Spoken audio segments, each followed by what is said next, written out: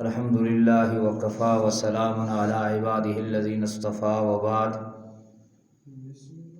عن ابن عمر رضی اللہ عنہ قال قال رسول اللہ صلی اللہ علیہ وسلم لا حسد الا علی اثنین رجل آتاہ اللہ القرآن فهو يقوم به آناء الليل وآناء النهار ورجل آتاه الله مالا فهو ينفق منه آناء الليل وآناء النهار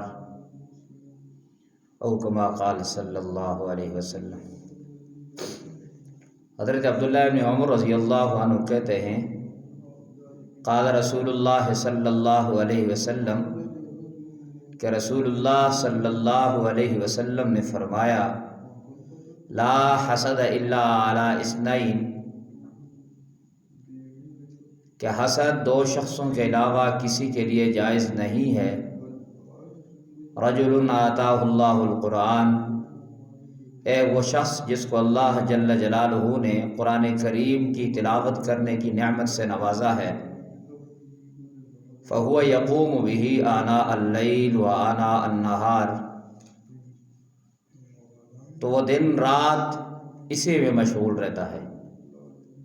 ورجل، اور دوسرا وہ شخص آتاہ اللہ مالا، کہ اللہ جل جلالہ نے اسے مال عطا فرمایا ہے.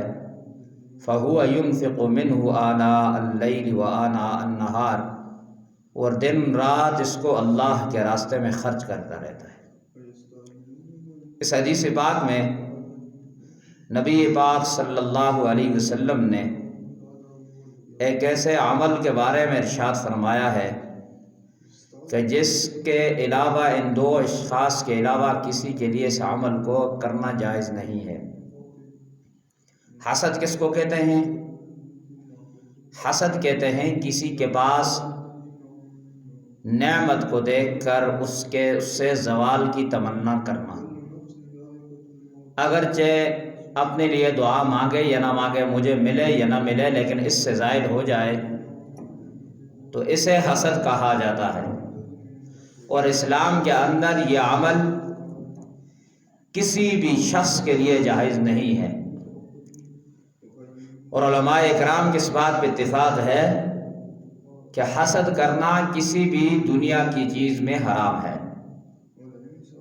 البتہ بعض حضرات نے اس کی دو اقسام ارشاد فرمائی ہیں. ایک حسد تو وہ ہے جس میں دوسرے کی زوال نعمت کی تمنا کی جائے. مثلا کسی آدمی کے پاس کوئی گاڑی دیکھی، کوئی عہدہ دیکھا، کوئی منصب دیکھا، اور اس سے یہ تمنا کرنا کہ اس کے پاس سے گاڑی چلی جائے، میرے پاس آئے یا نہ آئے، تو یہ بالاتفاق حرام ہے. اور دوسری حسد کہ وہ قسم ہے جس کو غبطہ یا منافسہ یا رشک کہا جاتا ہے. اس میں یہ ہے کہ کسی آدمی کے پاس کوئی نعمت دیکھی اور یہ تمنا کرنا کہ اللہ جل جلالہ مجھے بھی ایسی ہی نعمت عطا فرمائے. تو دنیا کے کاموں میں یہ تو جائز ہے، مباح ہے، لیکن اخروی کاموں کے اندر یہ مستحب ہے.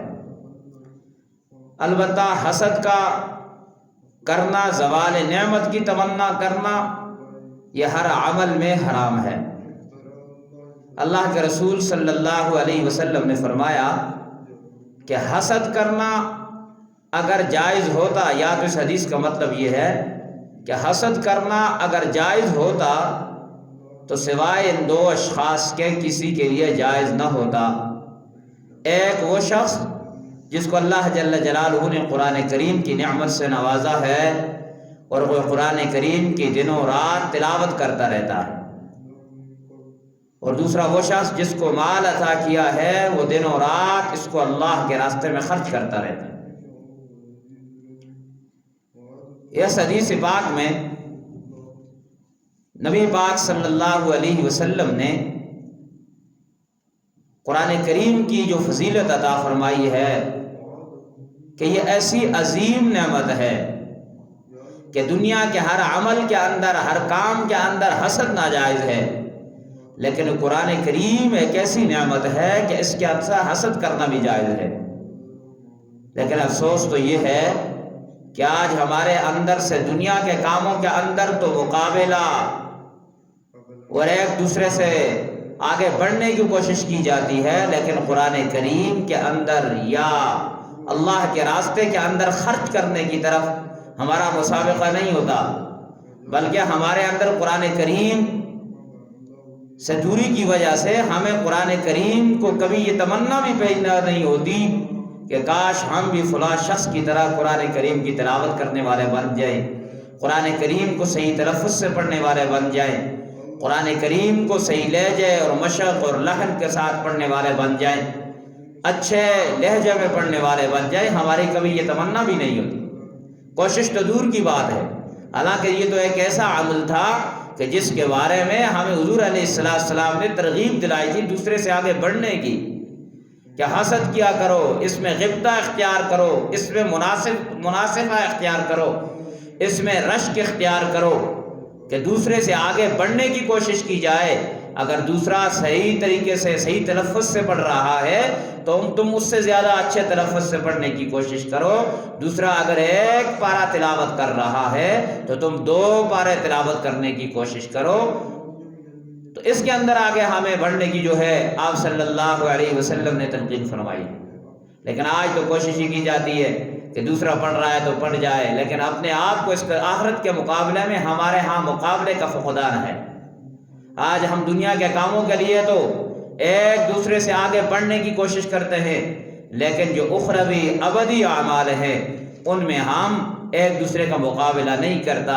یہی ہمارے انحطاط اور پستی کی وجہ ہے۔ تو اس لیے قرآن کریم کو زیادہ سے زیادہ پڑھنا، اس کو زیادہ سے زیادہ وقت دینا، دوسرے کے ساتھ مقابلہ کرنا، اس کی طرف آپ صلی اللہ علیہ وسلم نے ترغیب دلائی ہے۔ اور دوسری یہ چیز کہ اللہ کے راستے میں مال کو خرچ کرنا، جتنا زیادہ سے زیادہ ہو جائے خرچ کرنا۔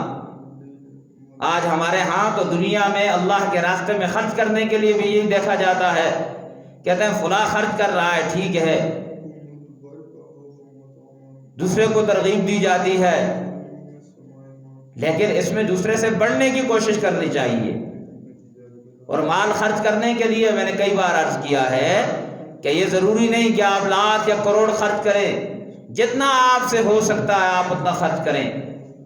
اس کے بارے میں آپ صلی اللہ علیہ وسلم نے بڑی آسان سی ترتیب فرمائی ہے۔ فرمایا جب سالن پکانے لگو تو اس میں 1 چمچ پانی کی زیادہ ڈال دیا کرو، تاکہ اس 1 چمچ کو پڑوسی کو دے دیا کرو۔ یہ بھی اللہ کے راستے میں خرچ کرنا ہے، یہ بھی صلہ رحمی کے اندر آتا ہے۔ اب پانی کے اوپر تو انسان کا کوئی خرچ نہیں ہوتا، اسی طریقے سے اگر بھینس سے دودھ نکالا ہے تو 1 کپ دودھ پڑوسی کو دے دیا کرو، کسی غریب و مسکین کو دے دیا کرو، یہ بھی اللہ کے راستے میں خرچ ہے۔ دکان سے سودا لے رہے ہو، آپ نے لیے 1 من آٹا لیا ہے، وہاں سے کسی غریب کے لیے 1 کلو آٹا لے کر دے دیا کرو، تو یہ بھی اللہ کے راستے میں خرچ ہے۔ اس کے لیے لمبے چوڑے اونچے خیرات کرنے کی، لمبے چوڑے جو ہے پروگرام کرنے کی ضرورت نہیں ہے، بلکہ ہلکا ہلکا تھوڑا تھوڑا آدمی جمع کرتا رہے تو انشاءاللہ اس کے آخرت کے خزانے کے اندر بہت بڑی جو ہے دولت جمع ہو جائے گی۔ تو اس لیے یہ 2 اشخاص جن کے بارے میں آپ صلی اللہ علیہ وسلم نے فرمایا ہے، ان لوگوں کا مقابلہ کرنا ہے ہمیں اپنے اندر ان لوگوں کے ساتھ مقابلہ کرنے کی کوشش کرنی چاہیے۔ ایک تو وہ شخص جو قرآن کریم کی کثرت سے تلاوت کرتا ہے، ہم اس سے آگے بڑھنے کی کوشش کریں، اور دوسرا وہ شخص جو اللہ کے راستے میں خرچ کرتا ہے، ہم اس سے زیادہ خرچ کرنے کی کوشش کریں۔ حق تعالیٰ مجھے اور آپ کو ان 2 عمل کے اندر آگے بڑھنے کی توفیق عطا فرمائے۔ ان 2 عملوں کے اندر حق تعالیٰ ہم سب کو ایک دوسرے کے ساتھ مسابقہ کرنے کی توفیق نصیب فرمائے۔ وآخر دعوانا ان الحمد للہ رب العالمین۔